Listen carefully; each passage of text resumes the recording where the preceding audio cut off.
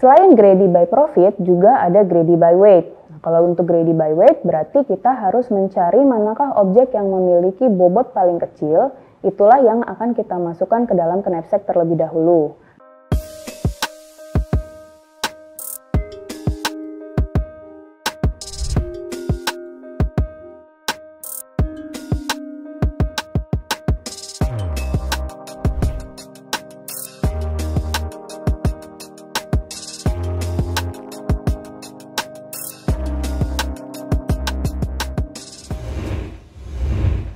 Assalamualaikum warahmatullahi wabarakatuh. Selamat datang di channel YouTube Kuliah Teknokrat pada mata kuliah Analisis dan Strategi Algoritma. Nah, hari ini kita akan memasuki mata kuliah di materi ke-9. Nah, di materi ke-9 ini kita akan ngebahas tentang algoritma greedy. Nah, sebelumnya kita sudah membahas algoritma greedy, tapi kita sudah membahas tentang apa itu definisi algoritma greedy, kemudian apa saja elemen yang ada di algoritma greedy, serta bagaimana algoritma greedy dapat menyelesaikan permasalahan untuk penjadwalan dan juga penukaran mata uang. Nah, sebagai kilas balik, algoritma greedy itu merupakan salah satu algoritma yang paling populer untuk penyelesaian permasalahan optimasi. Kalau kalian masih ingat kemarin permasalahan optimasi itu ada dua jenisnya, yaitu untuk meminimasi ataupun memaksimasi. Nah, untuk prinsipnya sendiri, algoritma greedy ini memiliki prinsip adalah take what you can get now, artinya ambil yang terbaik pada saat itu. Nah, sedangkan algoritma greedy ini dalam penyelesaian masalahnya dia akan melakukan solusi per langkah atau per tahapan. Jadi dia berbeda dengan exhaustive search yang kita harus mencari seluruh solusinya dulu baru kemudian kita evaluasi. Untuk algoritma greedy kita akan mencari solusinya per langkah. Nah, di pertemuan kali ini kita akan ngebahas tentang bagaimana algoritma greedy bisa menyelesaikan permasalahan knapsack 1.0 dan juga permasalahan traveling salesman problem. Nah, di materi exhaustive search sebelumnya kita sudah ngebahas tentang knapsack 1.0. Nah, di kali ini kita harus mengingat dulu knapsack 1.0 itu apa. Knapsack 1.0 atau permasalahan knapsack 1.0 adalah suatu kasus khusus dari masalah knapsack di mana setiap itemnya hanya tersedia satu unit atau satu buah, sehingga keputusannya adalah akan memasukkan barang tersebut atau tidak. Nah, jika dimasukkan ke dalam knapsack, maka X dinyatakan dengan 1, jika tidak dimasukkan, maka X dinyatakan dengan 0. Nah, kemudian jika diberikan N buah objek, sebuah knapsack juga memiliki kapasitas maksimalnya atau yang disebut dengan W. Nah, setiap objek juga memiliki propertinya masing-masing, artinya setiap barang atau setiap objek memiliki bobotnya masing-masing dan juga memiliki profit atau keuntungannya masing-masing. Nah, untuk objektif persoalannya sendiri, knapsack 1.0 adalah bagaimana kita dapat memilih objek-objek tersebut dimasukkan ke dalam knapsack sehingga dapat memaksimumkan profit atau keuntungan dari barang yang sudah kita masukkan. Nah, dengan batasan total bobot yang dimasukkan atau total bobot dari objek-objek yang kita masukkan tadi tidak boleh melebihi kapasitas dari knapsack itu sendiri. Nah, untuk penyelesaian menggunakan greedy, knapsack 1.0 itu memastikan bahwa ketika objek sudah dimasukkan, objek tersebut tidak boleh dikeluarkan kembali. Nah, untuk penyelesaian masalah knapsack 1.0 ini, greedy memiliki 3 metode yang bisa digunakan. Yang pertama adalah greedy by profit, artinya di sini adalah kita akan memasukkan barang yang memiliki keuntungan paling besar terlebih dahulu, baru di langkah berikutnya kita akan mencari lagi dari sisanya manakah yang profitnya lebih besar. Selain greedy by profit, juga ada greedy by weight. Nah, kalau untuk greedy by weight berarti kita harus mencari manakah objek yang memiliki bobot paling kecil, itulah yang akan kita masukkan ke dalam knapsack terlebih dahulu. Nah, selanjutnya kita cari lagi bobot yang paling kecil selanjutnya. Ada juga greedy by density. Nah, kalau untuk greedy by density berarti kita harus mencari density-nya yang paling besar. Density itu sendiri merupakan hasil dari profit dibagi bobotnya. Nah, berarti kalau ada benda satu, berarti weight pertamanya itu yang dibandingkan dengan profitnya. Tapi pemilihan objek atau penyelesaian solusi benda mana saja yang dimasukkan ke dalam knapsack dengan menggunakan algoritma greedy itu tidak menjamin memberikan solusi yang optimal. Nah, kenapa demikian? Nanti kita akan bahas dengan contoh soal. Oke, nah di sini sudah ada contoh masalah. Misalkan di sini kita memiliki 4 buah objek atau N sama dengan 4 yang masing-masing objek tersebut memiliki properti masing-masing. Nah, di sini benda pertama memiliki bobot 2 dengan keuntungan 12, kemudian benda kedua dengan bobot 5 dan profitnya 15, kemudian benda ketiga dengan bobot 10, profitnya 50, dan benda keempat dengan bobot 5 dan profitnya 10. Nah, perlu diingat di sini ada batasan knapsacknya atau kapasitas maksimal dari knapsacknya dinyatakan dengan W sama dengan 16. Berarti kita tidak boleh memasukkan barang-barang dengan kapasitas yang bobotnya melebihi dari 16. Nah, selanjutnya kita akan mencoba menyelesaikan permasalahan knapsack tadi dengan menggunakan greedy by profit. Nah, untuk greedy by profit berarti yang harus kita perhatikan adalah bagian properti untuk keuntungan atau profitnya. Nah, yang di bagian sini. Nah, kemudian yang pertama kita lakukan adalah kita harus mencari manakah objek dengan profit yang paling tinggi. Nah, tapi dengan catatan bahwa bobotnya ketika dimasukkan itu tidak melebihi dari kapasitas knapsacknya atau di sini adalah maksimalnya 16. Nah, pertama kita bandingkan profit-profit yang ada. Di sini jika kalian perhatikan bobot profit yang paling tinggi itu dimiliki oleh objek dari benda ketiga. Nah, di sini profit paling tingginya 50. Nah, berarti benda ketiga ini kita masukkan terlebih dahulu. Nah, kita tuliskan atau inisiasikan dengan angka 1. Jika kalian masih ingat, 1 ini menandakan bahwa barang tersebut akan dimasukkan ke dalam knapsack. Nah, di sini bobotnya adalah 10. Berarti kapasitasnya masih cukup untuk dimasukkan barang lain.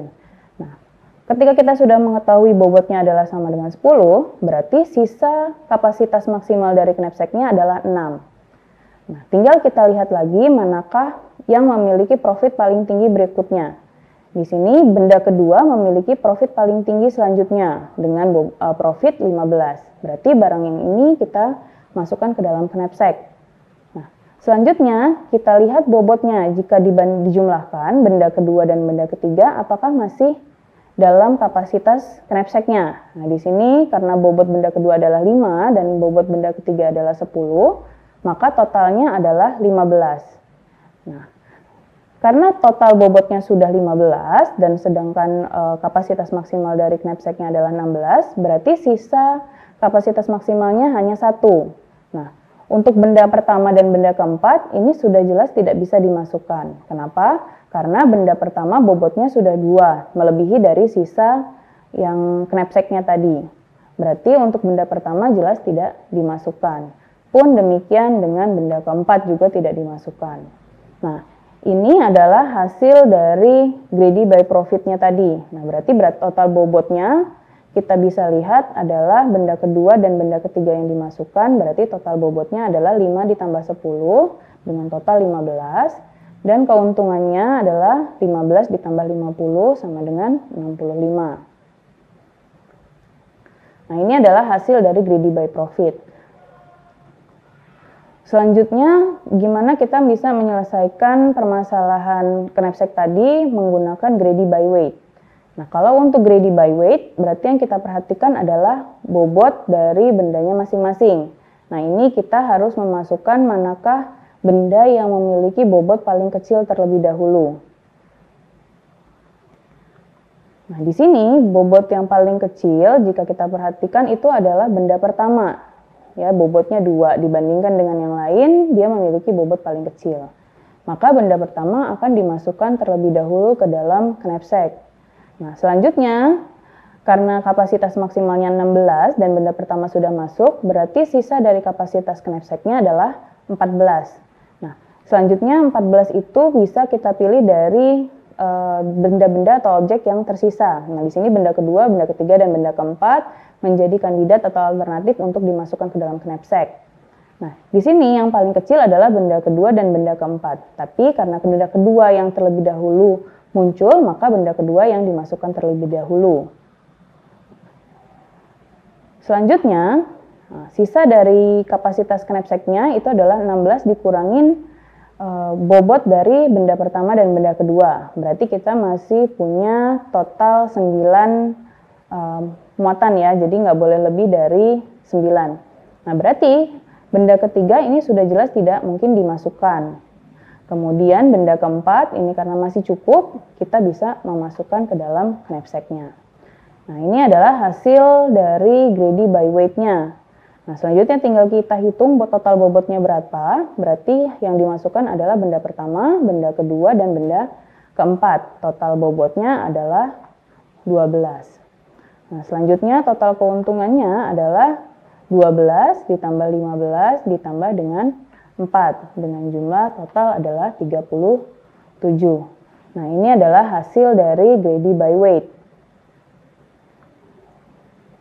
Selanjutnya bagaimana jika kita ingin menyelesaikan permasalahan knapsack tadi menggunakan greedy by density. Nah, jika kalian masih ingat tadi, density itu berarti kita harus menghitung dulu densitasnya, yaitu profit dibagi dengan bobotnya.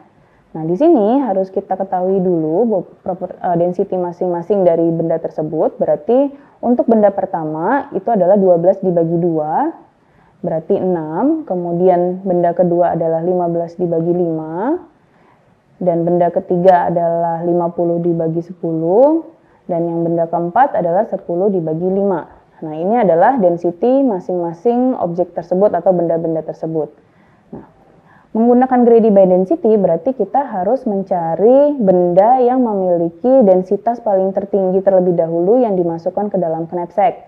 Nah, di sini dapat kita lihat bahwa benda atau objek yang memiliki density paling tinggi adalah benda pertama dengan density 6, berarti benda pertama ini kita masukkan terlebih dahulu ke dalam knapsack. Nah, selanjutnya kita cek apakah bobotnya tidak melebihi dari kapasitas maksimum dari knapsacknya. Nah, di sini masih cukup karena 16 bobot maksimalnya, sedangkan benda pertama itu bobotnya hanya 2, berarti masih ada sisa 14. Nah, selanjutnya kita cari density yang lebih besar kedua. Nah, di sini dari sisa benda yang belum dimasukkan, yaitu benda kedua, benda ketiga, dan benda keempat, benda ketiga memiliki density paling besar berikutnya. Maka yang dimasukkan adalah benda ketiga terlebih dahulu.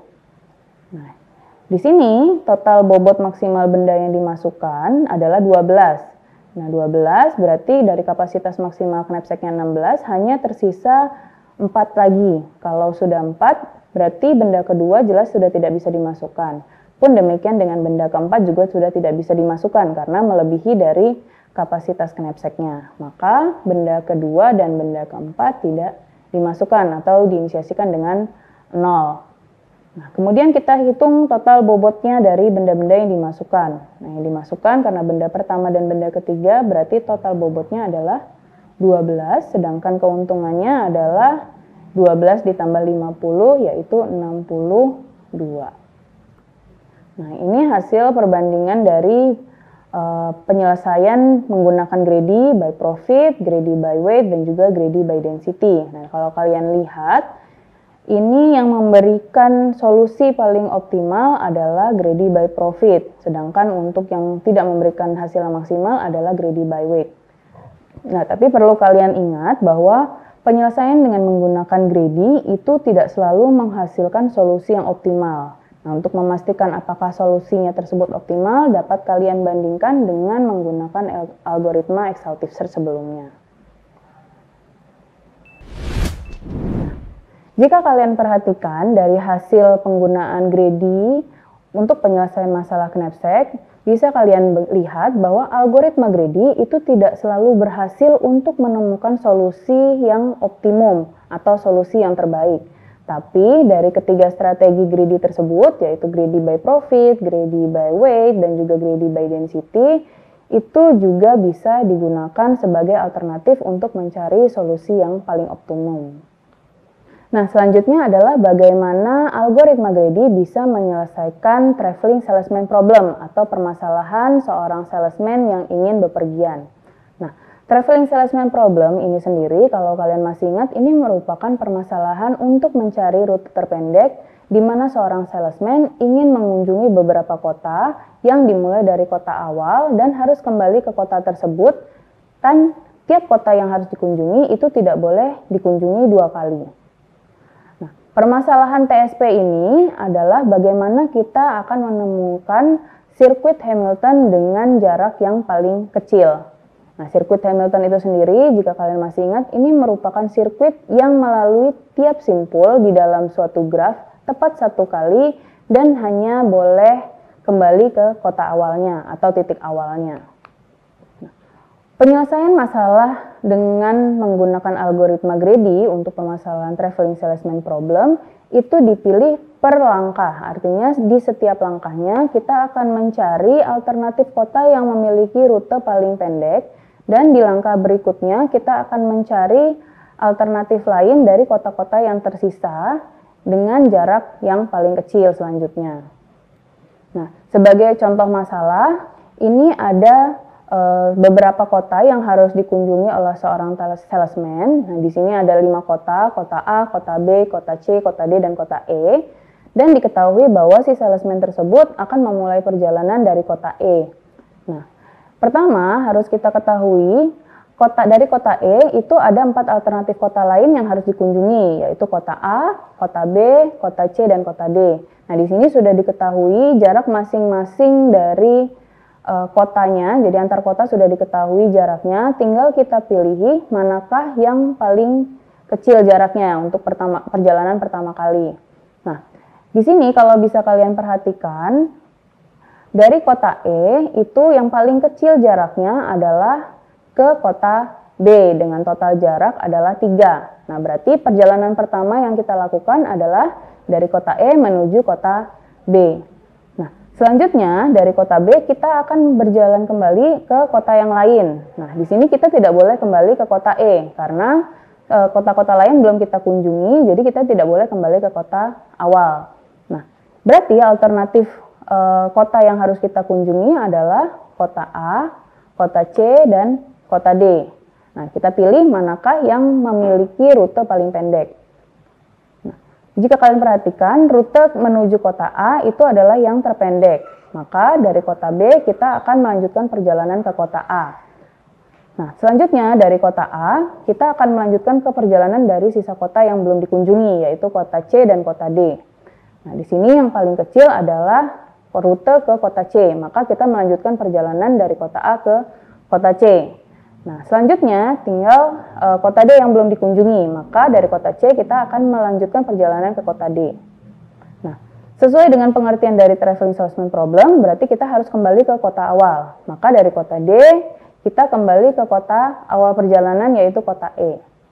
Maka rute yang dihasilkan menggunakan algoritma greedy untuk permasalahan traveling salesman problem itu adalah kita berjalan dari kota E, kemudian dilanjutkan ke perjalanan ke kota B, selanjutnya ke kota A, ke kota C, lalu ke kota D, dan kembali ke kota E dengan total jarak adalah 26.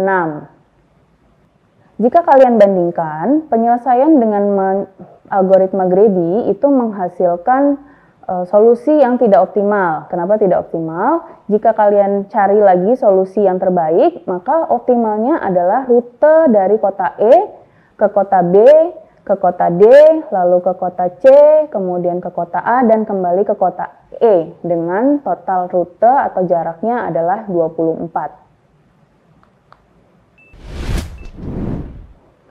Setelah kita mengetahui bagaimana algoritma greedy menyelesaikan permasalahan knapsack dan juga permasalahan TSP, ini bisa kita perhatikan bahwa untuk permasalahan TSP, itu algoritma greedy tidak bisa menyelesaikan untuk menemukan solusi yang terbaik, tapi bisa dijadikan alternatif untuk mencari solusinya. Dari penyelesaian menggunakan algoritma greedy, bila kita perhatikan, ada kalanya optimum globalnya atau solusi optimum yang dihasilkan menggunakan algoritma greedy secara keseluruhan itu hanya memberikan solusi optimum yang semu atau palsu. Kenapa demikian? Karena jika kita bandingkan, solusi menggunakan algoritma greedy ternyata tidak memberikan hasil yang optimum. Nah, ini dipengaruhi oleh fungsi seleksi dari algoritma Grady-nya itu sendiri. Oleh karena itu, algoritma Grady biasanya hanya digunakan jika solusi yang benar-benar optimum tidak terlalu diperlukan, artinya kita hanya dapat mengira-ngira apakah solusi yang dihasilkan algoritma Grady tersebut sudah optimum. Demikianlah pertemuan pada hari ini. Jadi kalian sudah mengetahui bagaimana algoritma Grady dapat menyelesaikan permasalahan Knapsack 1.0 dan juga bagaimana algoritma Grady menyelesaikan permasalahan traveling salesman problem. Nah, sampai jumpa di pertemuan yang lain. Wassalamualaikum warahmatullahi wabarakatuh. Terima kasih sudah menyaksikan video pembelajaran ini. Jangan lupa like, komen dan subscribe, serta nyalakan tanda loncengnya agar kalian tidak ketinggalan informasi update lainnya.